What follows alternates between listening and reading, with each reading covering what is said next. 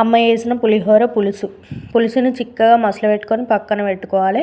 పక్కన పెట్టుకున్న తర్వాత నూనె వేసుకోవాలి. నూనె వేసుకొని బాగా కాగిన తర్వాతనే ఆవాలు జీలకర్ర ఎక్కువ క్వాంటిటీలోనే వేసుకోవాలి. కొంచెం ఎక్కువ వేసుకుంటేనే బాగుంటుంది. ఎక్కువ గోలాల కూడా మాడకుండా ఎండుమిర్చి వేసుకోవాలి. ఎండుమిర్చి కూడా గోలుతూ ఉంటే పల్లీలు వేసుకోవాలి. పల్లీలు కొంచెం ఎక్కువనే వేసుకుంటేనే బాగుంటుంది. కొంతమంది శనగపప్పు కూడా వేస్తారు. మీకు ఇంట్రెస్ట్ ఉంటే వేసుకోండి, లేకుంటే లేదు. అమ్మ అయితే వేయలేదు. ఇవి మంచిగా గోలుతూ ఉంటే కరివేపాకు వేసింది. మన పులుసులో కూడా కరివేపాకు మెంతిపొడి వేసుకోవాలి. చిటికెడంత బెల్లం వేసుకున్నా కూడా బాగానే ఉంటుంది. బాగా పులుపు రాకుండా మంచిగా ఉంటుంది. పులుసు మరిగేటప్పుడే వేయాలి. ఇందులో మెంతిపొడి తాలింపుకు కూడా కొంచెం వేసింది స్మెల్ కోసం. పసుపు వేసుకున్నాం. పసుపు కొంచెం నూనె వీటితోటే కలర్ మంచిగా వస్తుంది. నూనె కూడా ఎక్కువనే ఉండాలి. ఇది అన్నిటిని మంచిగా గోలించుకోవాలి.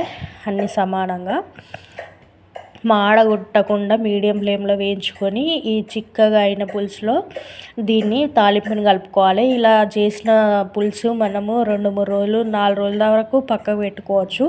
ఫ్రిడ్జ్ ఉంటే వారం రోజుల వరకు కూడా పక్కన పెట్టేసుకొని వేడన్నంలో కలుపుకొని ఎప్పుడంటే అప్పుడు తినచ్చు. అంత బాగుంటుంది. రైస్ వండుకోవాలి.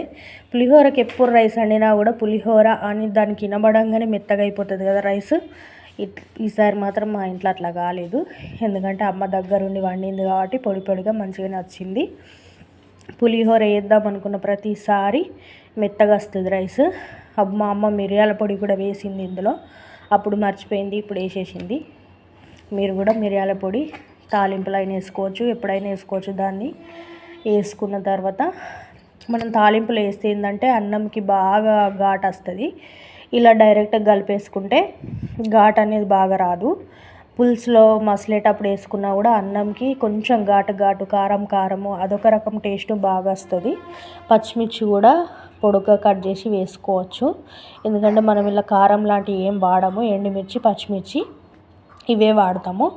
ఆ రోజు పులిహోర చాలా టేస్టీగా కుదిరింది. ఎందుకంటే నాకు మాత్రం పులిహోర పులుసు పెట్టి చేయడం రాదు. నిమ్మకాయ పులిహోర చేస్తా ఇంట్లో కామన్గా, కానీ ఇలా పులుసు పెట్టింది చేయడం అంటేనే నాకు ఎందుకో కొంచెం కన్ఫ్యూజన్. ఈ తాలింపు అంతా నాకు తెలుసు, కానీ ఈ పులుసు పెట్టడం దగ్గరనే నాకు కొంచెం కన్ఫ్యూజ్ అవుతుంది. చిక్కగా పెట్టాలట దాన్ని. ఎప్పుడు ట్రై చేయలేదు. ట్రై చేస్తే వస్తుంది కావచ్చు, అందులో ఏముంది పెద్ద విషయం. ఏదైనా వస్తుంది మనకు. అమ్మ చేతి వంట ఉండంగా మా అమ్మ ఫోన్లోనే వంట ఎట్లా వేయాలో మొత్తం చెప్తుంది. అట్లా నేను ఈజీగా చేసేయచ్చు. ఇందులో కొంచెం నూనె తక్కువ అయిందని తర్వాత నూనె కలిపింది. ఇట్లా కలిపినాం. ఇంత క్వాంటిటీ పులిహోర ఎందుకు చేసినామంటే అట్లా బయటికి వెళ్తున్నాం, ఒక్క 5 కన్నా పంచుదాం అనుకున్నా నేను. ఎందుకో ఆ రోజు మనసు బాగలేదు. మనసు బాగలేనప్పుడు ఇట్లా ఏదైనా మంచిగా మనసుకు నచ్చిన పనులు చేస్తే మనసు బాగుంటుందని నా అభిప్రాయం. ఆ రోజు పార్కుకి వెళ్ళినాం. పార్కుకి వెళ్ళేసి అక్కడ మన పేపర్ బౌల్స్ తెచ్చి ఒక 5గురికి అడిగి పెట్టేసినాం. చిన్న పిల్లలకు పెట్టేసిన. బాగా 10 మందికి పెట్టాలని చూడకుండా ఒక 5గురికైనా మంచిదే వాళ్ళు అడిగినంత పెట్టిన. మనసుకు చాలా తృప్తిగా అనిపించింది ఆ రోజు. చిన్నోన్ని డబ్బాలో తీసుకెళ్ళి ఖాళీ అయింది. కొంచెం ప్రసాదం లాగా నేను ఇంటికి తెచ్చుకున్నా. అసలు దేవునికి కూడా పెట్టలేము మేము ఆ రోజు. నార్మల్గా ఉట్టిగానే తీసుకెళ్ళి అందరూ హ్యాపీగా తిన్నారు. ఏంటక్క స్పెషల్ అని అడిగిళ్ళు.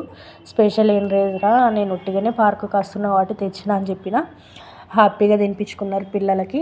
నేను కూడా చిన్నోడిని కాసేపు ఆడిపించుకొని అమ్మ నేను చిన్నోడు కాసేపు పార్కులో ఆడుకొని వచ్చినాం. Please subscribe my channel.